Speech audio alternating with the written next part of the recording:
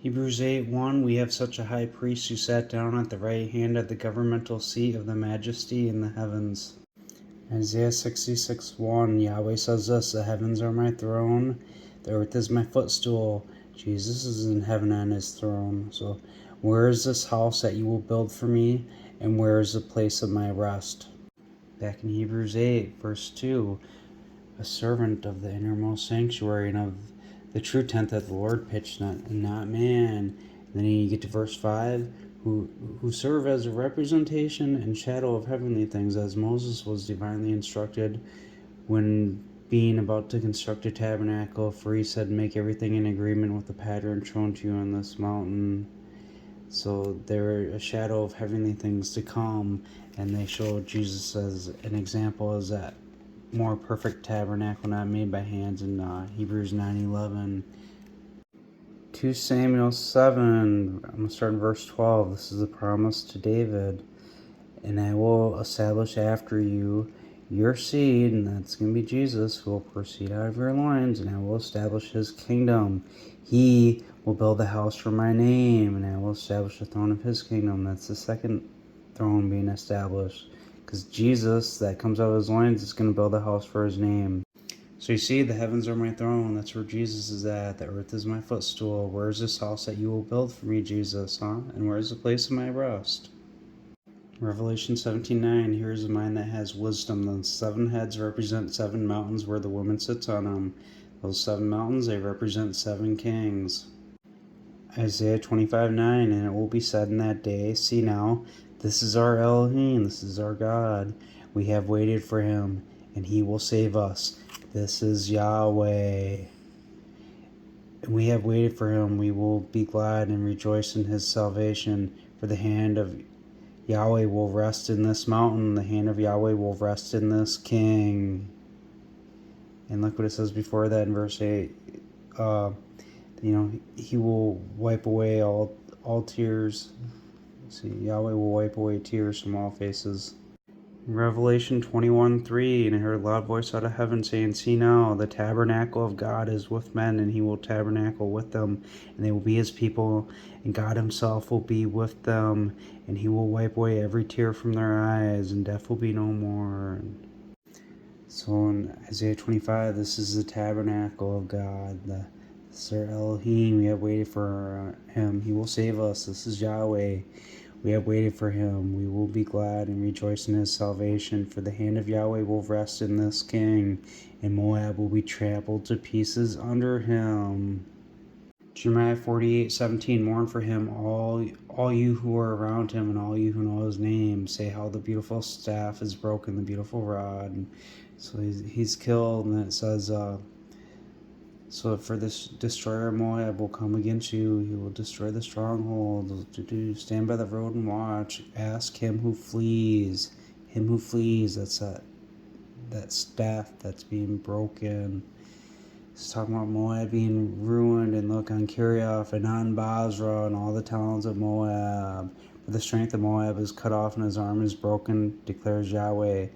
Make him drunk, for he magnified himself against Yahweh. That's what he did when he kills them. This is the future, what's coming to them, that they're going to be destroyed. Because then you get to verse 40. As you will see, he will fly like an eagle, and he will spread his wings over Moab. So you see Kirioth is taken, and you got Kirioth and Basra. And then you get up to chapter 49. It talks about, as you will see, he will come up like a lion from the swelling of the Jordan, but I will make him run away, him who flees. And then who is this chosen man? Who can I appoint over the pasturage? And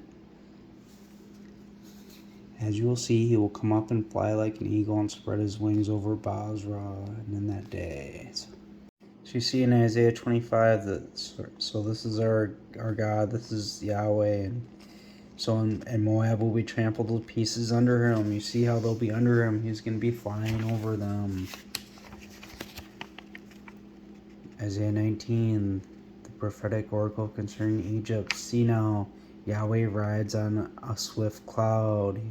That's him flying, because this is our God. This is Yahweh. Speaking of that king of Babylon, Isaiah 14, for you said in your heart, into the heavens I will mount up, above the stars of El I will exalt my throne, I will sit on the king of the assembly. In the recesses of the north I will ascend over the heights of the clouds, I will be likened to Elyon, that's the Most High, because he's the one flying up there.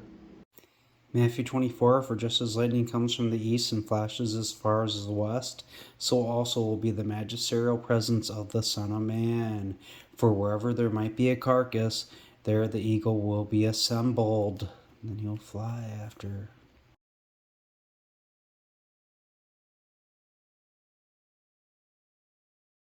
Genesis 48, Christ prophecy. So Ephraim and Manasseh, and then you get to verse 6.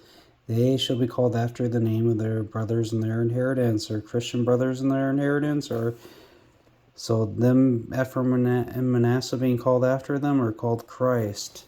And the blessing goes on them. And here's what he's saying about Manasseh. I know, my son, I know. He will become a people, Christians, and he will be eminent. But truly his younger brother will be more eminent than him, and his seed will be the fullness of the nations. Isaiah 9:6, for a child is born for us, a son is given, and the government will be on his shoulder, and his name shall be called Wonderful Counselor, Mighty God, Founder of the Eon, Prince of Shalom. Of the increase of his government and Shalom there will be no end, and on the throne of David, and over his kingdom, to order it and to establish it with judgment and justice. Now that founder of the Eon, you see that like as everlasting father in some places, and yeah, so I mean, he'd be father of the Eon, founder. Luke 1:31, and as you will see, you will conceive in your womb, and you will give birth to a son, and you should call his name Jesus. That's the virgin will conceive, Isaiah 7:14. Now, verse 32, he will be eminent. Look, he will become a people, and he also will be eminent. But truly his younger brother will be more eminent than him. So, and he will be called Son of the Most High, the Son of Elyon, that one spoken of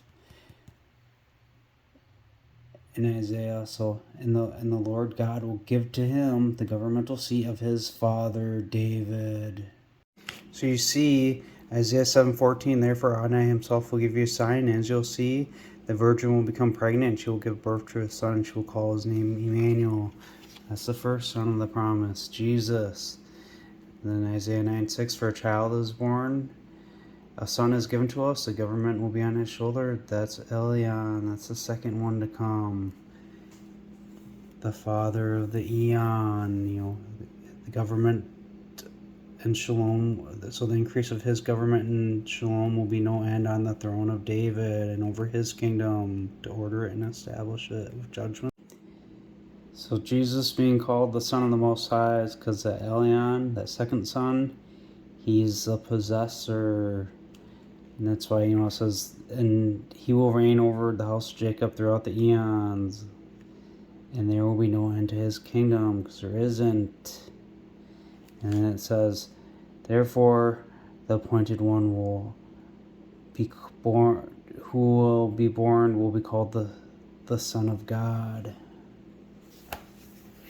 1 Corinthians 15:24, and then the end, when he, speaking of Jesus, will have handed over the kingdom to him who is God and Father of the Eon, so that God might be everything and everybody, or all in all. It's like the fullness, all that fills.